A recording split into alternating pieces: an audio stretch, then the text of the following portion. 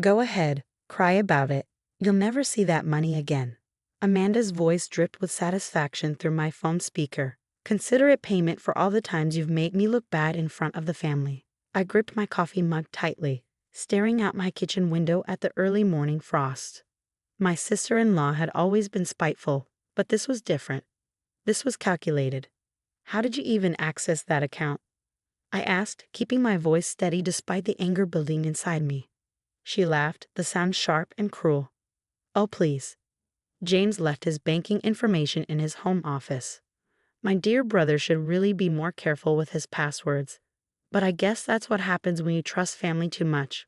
My name is Diana Foster, and at 34, I was listening to my sister-in-law brag about stealing my family's entire savings. $300,000 we'd spent 8 years building. Money meant for our children's future, for emergencies, for the life James and I had carefully planned. You know this is theft, Amanda, I said calmly, which seemed to irritate her more than if I'd screamed. Theft. Please, I'd like to see you prove it. James gave me access to his accounts years ago for emergencies. This qualifies. I needed the money, and you two clearly had plenty to spare. Her voice turned mocking. How does it feel, Diana, knowing everything you worked for is gone? I smiled, though she couldn't see it. Thank you for letting me know, Amanda. I appreciate your honesty. There was a pause on her end, my calm response clearly throwing her off guard. What's wrong with you? Did you not hear me? I took everything. I heard you perfectly. Is there anything else? Her frustrated huff made me smile wider. You're insane. No wonder James is always working late. Probably can't stand being around such a doormat. I ended the call and took a slow sip of my coffee, my hands finally steady. Amanda had just made the biggest mistake of her life, but she was too arrogant to realize it. Walking into our home office, I pulled out the bottom drawer of my filing cabinet and removed a false bottom. Inside was a small key I hadn't needed to use until now. James and I had always known Amanda was dangerous. Her jealousy had been obvious from the day we got married. She'd spent years trying to create rifts between us, spreading rumors, making snide comments about my background, suggesting James could do better. But we'd been prepared. The account she'd emptied, it was a carefully monitored secondary account. The real savings, more than twice that amount, was secured in a safety deposit box at a different bank, one Amanda knew nothing about. Every major withdrawal from our regular accounts was quietly transferred there, protected by security measures that would make even the most determined thief think twice. I picked up my phone and called James at his office. He answered on the second ring, his voice warm. Hey, honey, everything okay? Your sister just called to brag about stealing the money from our savings account. I said, my tone matter of fact. She used your passwords from the home office. The silence on his end was deafening. Then she did what? Don't worry, I assured him. The real savings are safe, but she needs to learn a lesson this time. No more letting her off easy. James sighed heavily. I'll be home in 20 minutes. Have you called the police yet? Not yet. I wanted to check the security cameras first. Another precaution we'd installed after Amanda's last visit to our house had resulted in missing jewelry that she claimed I'd misplaced. I'll call them on my way home, James said, his voice hardening. I'm done protecting her. After hanging up, I went to our security system and downloaded the footage from the past week. Sure enough, there was Amanda, slipping into our house using the spare key she probably copied years ago. The cameras caught her going straight to James' office, spending nearly an hour at his computer. My phone buzzed with a text from her. B2, bought myself a nice little vacation with your money. Thanks, sis. I screenshot the message, adding it to our growing file of evidence. Amanda had always underestimated me, seeing me as the quiet, passive woman who'd stolen her brother's attention. She never understood that my calm exterior didn't mean I was weak. It meant I was smart enough to be prepared. The front door opened and James walked in, his face a storm of emotions. I have the bank statement, he said, holding up his phone. Multiple transfers to her account over the past 3 days. She didn't even try to hide it. I nodded, pulling out the safety deposit box key. We should go to the bank first, then the police station. She needs to understand that actions have consequences. James pulled me into a tight hug. I'm so sorry, he whispered. I should have cut ties with her years ago. Don't apologize, I said, hugging him back. We knew this day might come. That's why we were ready. As we drove to the bank, my phone kept buzzing with more taunting messages from Amanda. Each one was automatically forwarded to our lawyer, more evidence of her gleeful confession to the theft. The bank manager, Mr. Thompson, greeted us personally. He'd helped us set up our security measures years ago, understanding our concerns about Amanda's potential interference. As we followed him to the safety deposit box room, I thought about all the times Amanda had mocked my paranoid attention to detail. "I don't understand how you can be so calm about this," James said as we waited for Mr. Thompson to return with our box. I squeezed his hand. "Because being angry won't solve anything. Besides," I smiled, "I think it's time your sister learned that the quiet ones are often the most prepared." The safety deposit box held more than just our savings. It contained years of documented evidence. Every threatening message, every borrowed item that was never returned, every suspicious incident we carefully noted and filed away. Amanda thought she'd finally won, but her victory was about to turn into her biggest regret. My phone buzzed one final time. "Hope you're not too upset about the money. Just think of it as payback for all the times you've made me look bad. Maybe next time you'll learn your place." I showed the message to James, watching his expression harden. "Ready to make the police report?" I asked quietly. He nodded, jaw set. "More than ready. It's time Amanda faced the real world." As we left the bank, our real savings secure and documentation in hand, I felt a strange sense of peace. Sometimes the best revenge isn't about getting even. It's about being prepared for the worst while hoping for the best. Amanda was about to learn that lesson the hard way. The police station was busy when we arrived, but Detective Sarah Martinez took one look at our documentation and immediately ushered us into a private room. As we laid out the evidence, security footage, bank statements, Amanda's gloating texts, and years of documented incidents, her expression grew increasingly serious. "This is remarkably thorough," she said, reviewing the timeline we compiled. "Most victims of financial theft don't have nearly this much documentation. You said this has been building for years?" James nodded, his voice tight. "Diana warned me early on that Amanda's behavior wasn't normal sibling rivalry. We started keeping records after she borrowed our wedding silver and claimed we gifted it to her." Detective Martinez raised an eyebrow. "And you've maintained this level of documentation since then?" "Every incident," I confirmed, pulling out my phone to show her the latest string of texts. Amanda's always been careful to keep her actions just below the threshold of serious legal consequences. Until now. As if on cue, my phone buzzed with another message from Amanda. "Just booked first-class tickets to the Maldives. Your savings account had such a nice cushion." "Don't worry, I'll send pictures." The detective's eyes narrowed as she read the message. She's not even attempting to hide it. This level of brazen theft, combined with the documented premeditation. She looked up at us. "We have more than enough to move forward with charges." James gripped my hand tightly. "What happens next?" "Given the amount stolen and the evidence of premeditation, we're looking at grand theft and unauthorized computer access charges. We'll move quickly to freeze her accounts, but she's probably already spent some of it," I finished quietly. Detective Martinez nodded. "Most likely. However, your documentation of her previous behaviors will help establish a pattern." This clearly wasn't a one-time impulse. As we left the station, James was unusually quiet. I knew this was hitting him hard. Despite everything, Amanda was still his sister. We just pulled into our driveway when his phone rang. It was their mother, Eleanor. "How dare you?" she screeched, loud enough that I could hear her from the passenger seat. "Amanda called me in tears. She said you're trying to have her arrested over a simple misunderstanding." James put the phone on speaker. "A misunderstanding? Mom, she stole $300,000 from us. She broke into our house, accessed our accounts without permission, and has spent the last several hours bragging about it. She said you gave her access to those accounts years ago. She needed the money for her new business venture. As her brother, you should be supporting her dreams." I couldn't help but laugh, which drew Eleanor's immediate ire.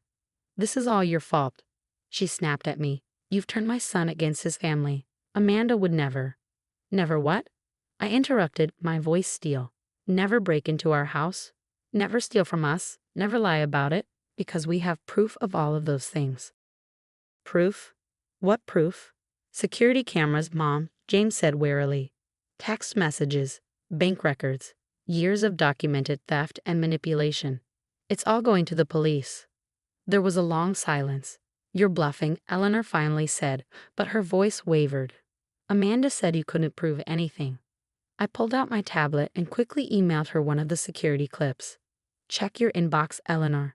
That's your daughter using a copied key to enter our house last week. Would you like to see the footage of her spending an hour accessing our accounts without permission? Another long silence. I need to call Amanda.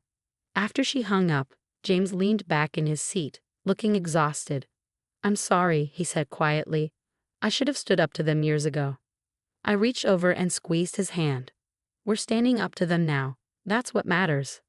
Inside, we found several voicemails from Amanda, her tone increasingly less smug as reality started setting in. The final one made us both pause. Look, maybe we can work something out, she said, trying to sound reasonable. I'll return what's left of the money, most of it anyway. Just call off the police. You're making this way bigger than it needs to be. Most of it? James muttered. How much has she already spent? Before I could respond, there was a knock at our door. Through the security camera, we could see Amanda standing on our porch, looking far less confident than she had this morning. Should we? James asked, gesturing to the door. I shook my head. Let the police handle it. She's had enough chances. We watched through the camera as Amanda paced our porch, occasionally peering through the windows. Finally, she left another voicemail. Fine, be that way. But remember, if I go down for this, I'm taking you both with me. I'll tell everyone how you've been hiding money, evading taxes, everything. No one will believe you over family. James started to reach for his phone, but I stopped him. Add it to the evidence file. Let her dig herself deeper. As if proving my point, Amanda had moved to our front window, not realizing the security camera was catching her attempts to peek inside. Her next text message was pure desperation. Last chance. Drop the charges or every dirty secret you have goes public. How about I start with how you really got your promotion last year, James? Or Deanna's little shopping habit? I snorted. Shopping habit. I keep every receipt and she knows it. James managed a small smile. And my promotion came with a dozen recommendation letters and a public announcement. She's getting sloppy. We were about to head upstairs when Detective Martinez called. Mrs. Foster. We've located your sister-in-law. She's attempting to book an international flight using your stolen funds. Would you like us to proceed with the arrest? I looked at James, who nodded firmly. Yes, I replied. It's time Amanda learned that actions have consequences. As we ended the call, another text came through, this one from Eleanor. I saw the video. We need to talk. Tomorrow, James said firmly when I showed him. I can't handle any more family drama tonight. I nodded, leading him to the kitchen where I started making his favorite tea. As the water boiled, I thought about how different our lives would be after today. No more walking on eggshells around Amanda. No more carefully documenting every interaction. No more pretending her jokes weren't actual threats. You know what's ironic? I said, handing James his tea. If she'd just asked for help, real help, not demands, we probably would have given it to her. He nodded slowly. But she didn't want help. She wanted to win, to prove she could take whatever she wanted without consequences. Well, I smiled slightly. She certainly proved something today. Our security system chimed with an alert. Amanda had returned to our porch. But this time she wasn't alone. Detective Martinez and 2 officers were with her, and from their body language, this wasn't a social call. Ready? I asked James softly. He took my hand, squeezing it gently. Ready. The arraignment hearing came faster than we expected. 1 month after Amanda's arrest, we sat in a courthouse watching her enter in a conservative outfit that was a far cry from the designer clothes she'd bought with our stolen money. Her confident smirk was gone, replaced by a carefully crafted look of remorse that didn't quite reach her eyes. The evidence against her was overwhelming. The prosecution had our years of documentation, security footage, bank records, and dozens of text messages where she openly bragged about the theft. But what really sealed her fate were the recordings from the airport security cameras, showing her attempting to flee the country with our money. All rise, the bailiff announced as the judge entered. Amanda's lawyer had already approached us about a plea deal, but we declined. Years of enabling her behavior had only made it worse. This time she needed to face the full consequences of her actions. The proceedings moved quickly. The prosecutor presented the evidence methodically, painting a clear picture of premeditated theft. When Amanda's texts were read aloud in court, including her threats to expose our secrets, I watched Eleanor sink lower in her seat, finally confronting the reality of who her daughter really was. Amanda's defense was weak, claims of misunderstanding, allegations that James had given her account access years ago, suggestions that this was all a family dispute blown out of proportion. But the evidence told a different story, and the judge wasn't buying it. "Miss Foster," the judge addressed Amanda directly, "your actions show not just theft, but a calculated attempt to harm your family members. The evidence suggests this isn't an isolated incident, but rather the culmination of years of escalating behavior. Do you have anything to say for yourself?" Amanda stood, and for a moment I saw a flicker of her old arrogance. "Your Honor, I admit I made a mistake, but my brother and sister-in-law are wealthy. They didn't need that money. I was desperate, starting a new business venture. In my family, we're supposed to help each other." The judge's expression hardened. Help each other? By breaking and entering? By stealing their life savings? By attempting to flee the country with their money? That's not helping, Miss Foster. That's criminal behavior. The sentence came down hard. 5 years in prison, mandatory restitution of the full amount stolen, plus additional damages. Amanda's face went pale as the reality of her situation finally hit her. As the officers led her away, she turned to look at us one last time. The hatred in her eyes made it clear she still didn't understand that she'd done this to herself. Outside the courthouse, Eleanor approached us hesitantly. The past month had aged her considerably as she'd been forced to confront the truth about her daughter. "I owe you both an apology," she said quietly. "I should have seen it sooner. All those times I defended her, made excuses. I helped create this." James hugged his mother, his voice gentle. "We all played a part, Mom. But it's over now. Amanda needs to learn there are consequences in life." As we drove home, I thought about the safety deposit box that had protected our real savings. "You know," I said to James, "we don't need to keep such careful records anymore. No more security cameras, no more documented incidents." He smiled, taking my hand. "Actually, I think we should keep some of it. Not because of Amanda, but because being prepared served us well. Besides," he squeezed my hand, "our kids should learn that protecting yourself isn't paranoid. It's smart." That evening, as we sat on our back porch watching the sunset, I received one final text from Amanda's old number, her last message before heading to prison.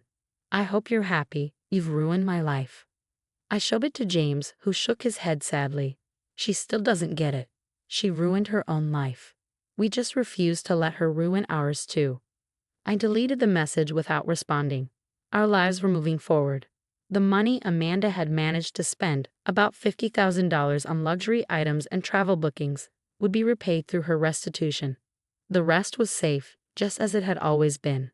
Eleanor started coming over for weekly dinners, our relationship slowly healing now that Amanda's toxic influence was gone. She marveled at our security system, our careful documentation, our attention to detail. "I used to think you were paranoid," she admitted one evening. "Now I realize you were just smarter than the rest of us." 6 months later, we received notice that Amanda's appeal had been denied. She would serve her full sentence. The same day, we got approved to adopt our first child, something we'd been working toward for years but had put on hold because of Amanda's instability. As we prepared the nursery, I found myself thinking about the lessons we'd learned. Sometimes the people closest to you can be the most dangerous. Sometimes staying calm and being prepared is better than getting angry. And sometimes the best revenge isn't revenge at all. It's living well and protecting what matters most. James found me in the nursery, looking at the security camera we'd installed. "Still keeping watch?" he asked, wrapping his arms around me. I leaned back against him, smiling. "Always. But now it's for all the right reasons." Our story wasn't about winning or losing anymore. It was about building a safe, happy life, something Amanda had never understood. In trying to destroy us, she'd only made us stronger, wiser, and more certain of what really mattered. That night, as we looked through adoption paperwork, I realized that sometimes the worst things people do to us lead us to build something better. Amanda had tried to take everything from us, but in the end, she'd only succeeded in showing us exactly who we could trust and how strong we could be together.